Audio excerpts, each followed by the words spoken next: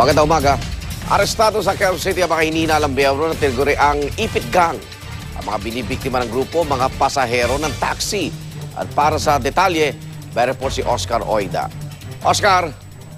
Yes, Igan, driver by day, hold-upper by night.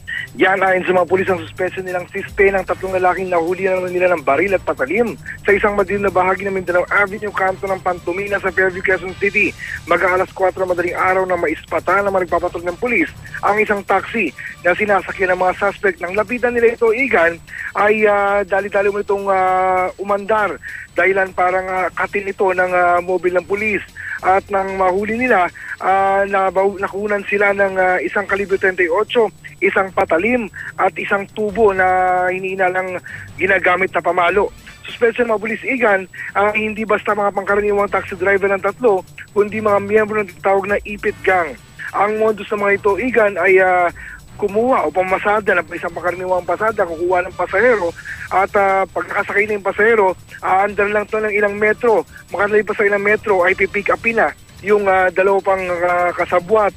Depensa naman isa sa mga suspect, taxi driver lang daw siya at maging siya ay biktima raw ng dalawang hold-upper.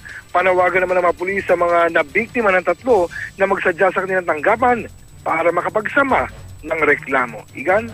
Maraming salamat, Oscar Oida.